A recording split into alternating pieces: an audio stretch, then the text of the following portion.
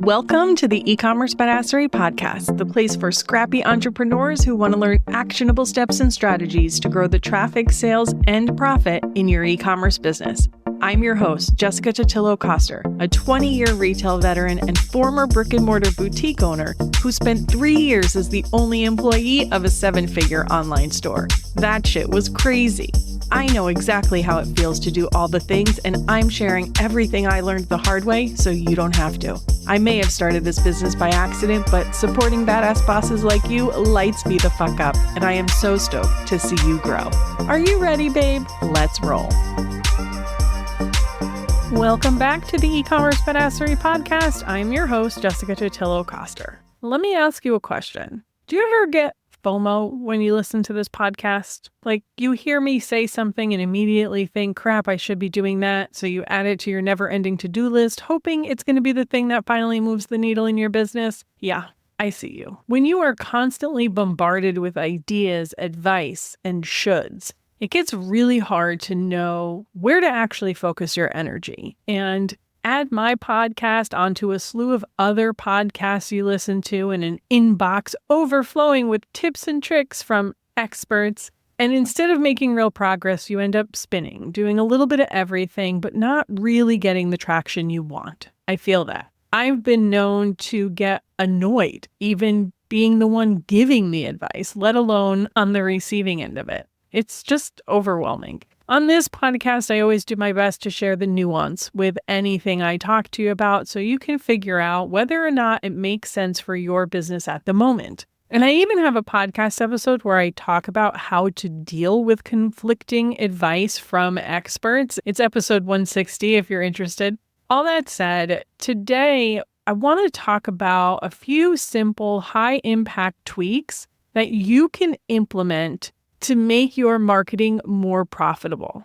And these are some of the most universally applicable things I could think of to ensure that this isn't just another thing on your to-do list that might prove ineffective in the end. Instead, these are tactics and strategies that are actually worth your time, things that are designed to truly improve your conversion rate. So let's dive in. The first is to match your message across every touch point. This might sound obvious, but getting all of your marketing to line up across platforms can be harder than it looks, and it's something even big businesses struggle with. In fact, one of my core responsibilities back in my corporate retail days was to make sure our marketing was cohesive across the entire customer journey. All of the departments were working in their little own silos. The buying team had a set of priorities, visual had theirs, stores were doing their thing, and the e-commerce team had their own promotions and product pushes.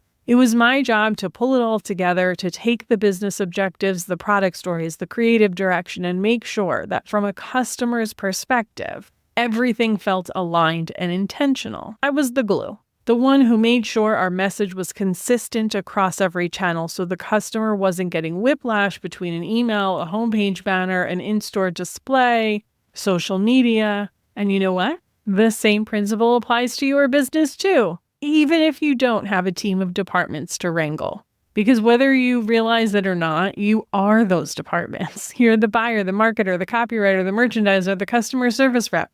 And if all of those departments inside your business aren't on the same page, your customer experience is going to feel disconnected. Maybe your emails are promoting one product, but your homepage is still highlighting a sale from 2 weeks ago. Or your Instagram is all about Mother's Day and your website hasn't been updated to reflect that. You're not doing anything wrong. You're just stretched too thin. And sometimes the cohesion falls through the cracks. But here's why it matters. When your message is scattered, it makes your customer work harder to understand what they're supposed to care about. And ultimately, they end up caring about nothing. And like I said in last week's episode, the words you were using 6 months ago in your marketing might not be what your customer needs to hear from you right now. Not because your product has changed, but because your customer's mindset has. If your messaging isn't current and cohesive, you're making it harder than necessary for someone to say yes to buying from you. The fix? Pick one thing to focus on and talk about it everywhere. One product, one collection, one story, one campaign theme. Then make sure that shows up across your homepage, your emails, your Instagram feed, your stories, your SMS messages, whatever platforms you're using.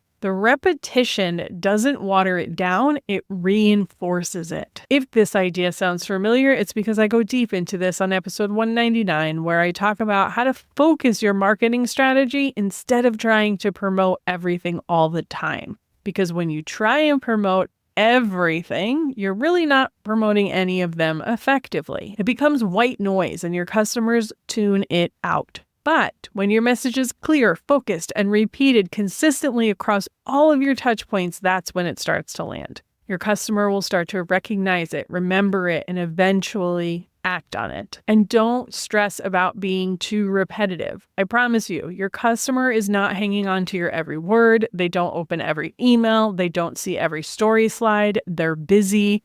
And repetition actually builds familiarity and trust, especially when it's showing up in different formats across multiple platforms. If you want to hear more about how to build this kind of omni-channel marketing presence, check out episode 167. That one breaks down the structure of a solid campaign that spans all of your channels without overwhelming you or your audience. But just to give you a quick visual of what this might look like, we'll pretend you're launching a new product. Your emails are building hype and linking directly to that product, maybe for a pre-sale. Your homepage is featuring it front and center. Your Instagram is teasing behind the scenes content, showing the product in use and maybe featuring early customer reactions. Your stories are walking through the product's benefits. Your ads are focused on this product, bringing them all back to your website as well. It's the same message told in different ways across different platforms, and it gives your customer this smooth, confident experience that doesn't just look polished, but it builds trust and encourages action. So if you take nothing else away from this week's episode, this is the one that you should really focus on. Choose one thing to promote and make sure you're talking about it everywhere. That alignment alone can make your marketing feel more powerful, more effective, and a lot less chaotic. Number 2 is to turn your FAQs into sales copy. I talk about this one a lot because it really is one of the easiest ways to increase conversions in your emails and on your product pages. If you've been hanging with me for a bit, you may have heard me say this before, but have you actually implemented it? I want you to think about the FAQ page on your website. It's probably buried in your footer, collecting dust, filled with useful answers that most people will never see. And that's the main problem. Customers are not going to go digging around your site to find the information they need. If they have a question and the answer isn't immediately obvious, they'll either bounce, or if you're lucky, they'll reach out to you, but generally they're just going to move on. So instead of hiding that gold mine of conversion boosting info at the bottom of your website, bring the answers to your customers. Put them front and center, especially in your emails and on your product pages. If someone lands on your site and thinks, will this irritate my skin? And you answer that proactively before they even have to ask, you've just removed friction. You've built trust, and you've brought them one step closer to clicking that add to cart button. If you're not sure what these FAQs should be, then you gotta play detective. So ask yourself, what do people hesitate about before they buy? What are the questions that you're getting through customer service that people are asking you in your DMs or in comments on social media? What are your reviews always referencing, even if it's slightly indirectly? Once you identify those themes, bake them right into your marketing. Don't think of your FAQs as a standalone document. Treat it as raw material for your product descriptions, your email flows, your social media captions. And try not to default to general words like gentle formula. Spell it out in the exact words your customers use. And this is not fancy. This is safe for sensitive skin. It can really be that simple. I go deeper into this in episode 46, where we talk about overcoming customer objections. But the short version, every time you answer an unspoken question, you reduce buying resistance, and reducing resistance increases conversions. Now, one of my favorite ways to do this in email specifically is to create a why they'll love it section. This is basically just an FAQ in disguise. This is a really great tool to use while your customer is still in decision mode. You're not just listing features here, you're handling objections, reinforcing benefits, and making the customer feel more confident in their choice. And this doesn't just apply to first-time buyers who are just discovering you. This is going to be just as important for an existing customer who is maybe deciding on a new product that you sell. Do your best to anticipate these questions and answer them before they click away. The best part, once you write this content and you answer these questions, you can repurpose this literally everywhere. That why they'll love it blurb can live in your welcome automation. It can go in your post-purchase flow to encourage a second purchase. It can be a standalone email campaign. It can be part of a product quiz, a bundle builder, a gift guide. It's high converting and evergreen. Once it's in place, it'll keep working for you in the background. And if you remember episode 319, we talked about how people buy based on emotion, identity, transformation. They're not just buying the thing, they're buying what it does for them. And in 320, we talked about evolving your message to stay relevant in the moment. Focusing on this objection-busting content can really help you do both of those things well. Because when you use your customer's exact language, when you meet them where they are and you answer their questions before they even know to ask, you're reducing uncertainty that keeps people from checking out and makes a really amazing sales tool. Number 3 is to stop linking to your homepage. So this one is small but muddy, and you might not even realize you're doing it. You're driving traffic to your website, maybe from an email, maybe from your link in bio, maybe even from an ad. And where do you send them? A lot of the time, you're sending them to your homepage. And I understand why you do it. It feels like the safest bet. It's your main hub. It's the digital front door to your store. But here's the problem. Your homepage is not a destination. It's a hallway. And if you're expecting your customer to land there and know exactly where to go and what to do next, that's a big ask. Let's take it offline for a second for a little analogy, because you know that I love to recreate the in-person experience on the internet, right? So let's imagine someone walks into your physical store. There's no signage, no front table display. No one greets them, just rows and rows of shelves or racks of clothes. Technically, they're in the right place, but now it's on them to figure out what's new, what's worth checking out, or what they even came in for. As I'm saying this out loud, it kind of feels like shopping in an off-price store, right? You can only do that if you're really in the mood. Would you ever set up your store this way? Probably not, because people want to be guided. They want to feel like you've thought about what they're there for, that you've anticipated their needs and made it easy to find what they're looking for. And yes, you can be very intentional about your homepage and make sure you are guiding them to the right places through what you feature there and your navigation menu, which you should also do. But in many cases, it can still be overwhelming. So when you're thinking about where you are going to send someone when they come from a social media post or your Instagram bio or an email, wherever it is that you're sending them from, do your best to link them directly to a curated experience. That could be a bestsellers collection, a gift guide, a specific product you're promoting. Maybe you have a bundle. Something that reflects the reason they clicked in the first place and helps them take the next step.